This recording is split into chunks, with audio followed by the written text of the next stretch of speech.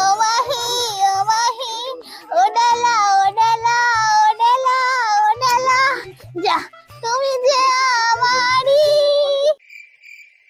মালতী কাকিমা, আমার বাবা বলেছে তোমার বরকে দিয়ে আর কখনো কাজ করাবে না। কেন, কি হয়েছে?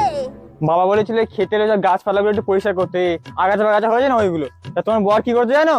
ওই কি বলে আমাদের ফলন্ত আম গাছ পেয়ারা গাছ সব কেটে সাফ করে দিয়েছে। বাবা খুব রেগে গেছে, বলছে আমার 100 টাকা লোকসান হয়ে গেল, তোমার বরকে আর কোনোদিন আমাদের কাজে পাঠাবে না।